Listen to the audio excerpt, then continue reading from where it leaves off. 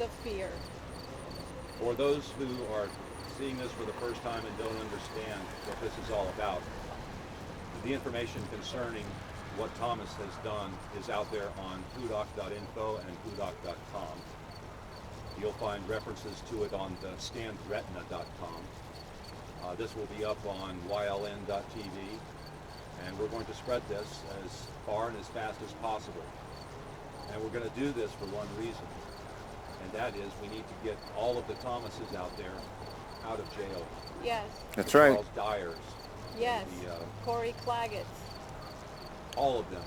They're being unlawfully detained because this, whatever you want to call it, this system that wants to protect itself is doing so at the expense of what we would consider to be patriots. Oh, I'm sorry.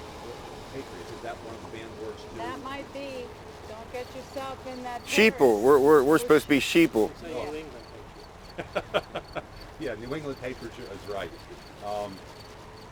Look, yes. You touched earlier on the media as far as it being controlled. I'll give you a good example where we're standing right now.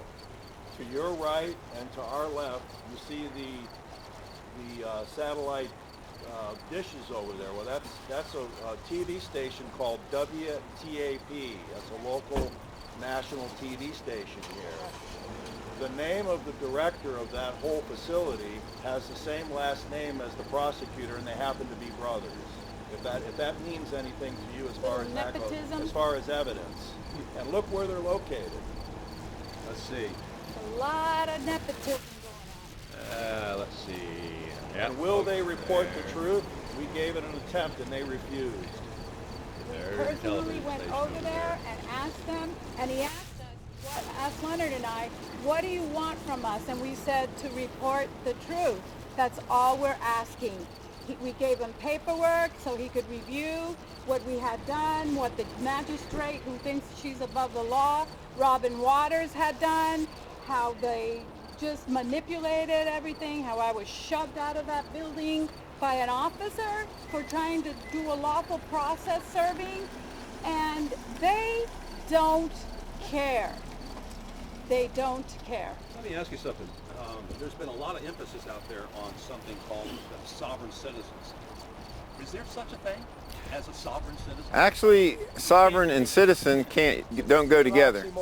That's right. You can't be a citizen which means you have an allegiance, and be sovereign, which means you are sovereign under God. That's an oxymoron. And yet they're using this throughout the news. These are the buzzwords. Yeah. One of their buzzwords, yes.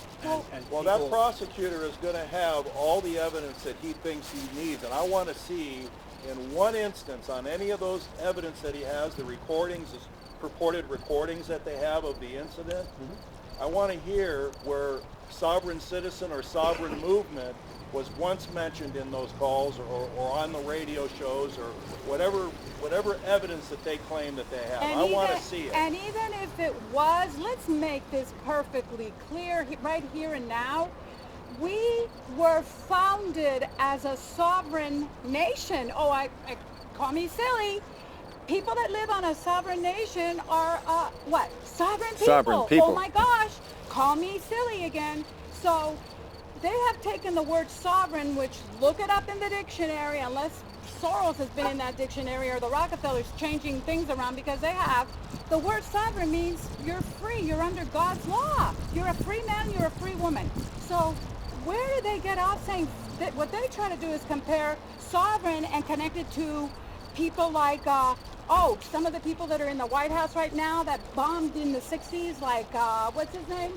Bill Ayers, Bernadette Dorans. Those are the people in our White House right now that were terrorists in the 60s. See this sign, terrorists? They were terrorists in the 60s, folks. And now they're in our White House. They're advising Mr. CEO of the corporation Top Dog, Obama. So I don't know, call me silly. A lot of people call me very silly. So whatever. Yeah, there's some here today who are sovereigns. Myself been sovereign since 2000 when I found out a such as this. But in our federal government, They're the ones who are sovereign, and they feel that we are not. Actually, they have no sovereignty at all because we are supposed to be over them. And yet they feel because they can be sovereign over us, we have none. And yet they don't like the competition when people like Thomas is sovereign, or myself, or anyone else that may be here. I am. Well, there's an act of Congress of 1868, and it's titled the Expatriation Act. Just read the very first sentence where it talks about everyone has the right to expatriate. That is very, very clear, and even the so-called or purported public defender that I spoke to in regards to that had to spin that and say it was related to foreigners that are on our land that want to become expatriated from their former country. It doesn't say that in the first sentence. Very, very clear. Everyone, it says. And Let's face it, we're looking at a situation right now where words and phrases have become completely perverted. Correct. The newspaper falls in line. They report the new meanings, the new definitions. And can anybody tell me what this language that they're creating is called? I call it newspeak. I call it doublespeak. Eight. I call it crap. When we go inside there, in the Justice Center, what do they call it in there? Does legalese come to mind? Yes. That's what- It is a recognized language, and we don't speak it. It is a club, and we're not in it. Correct. And because of that, we have to do what we're doing right here today.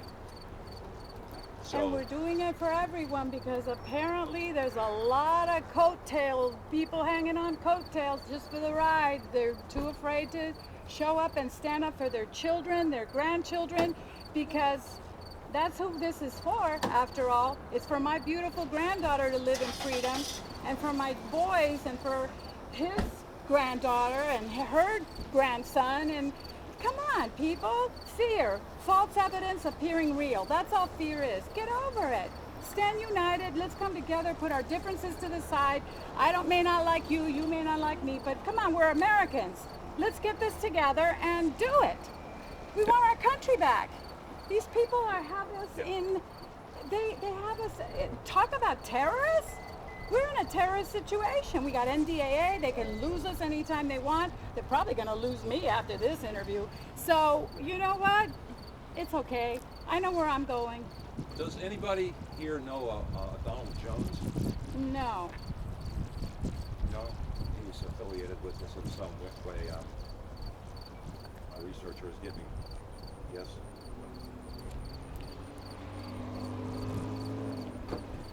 For all those professing Christians, one of the things in the Bible, it says, for him that knows to do right and does it not, to him it is a sin.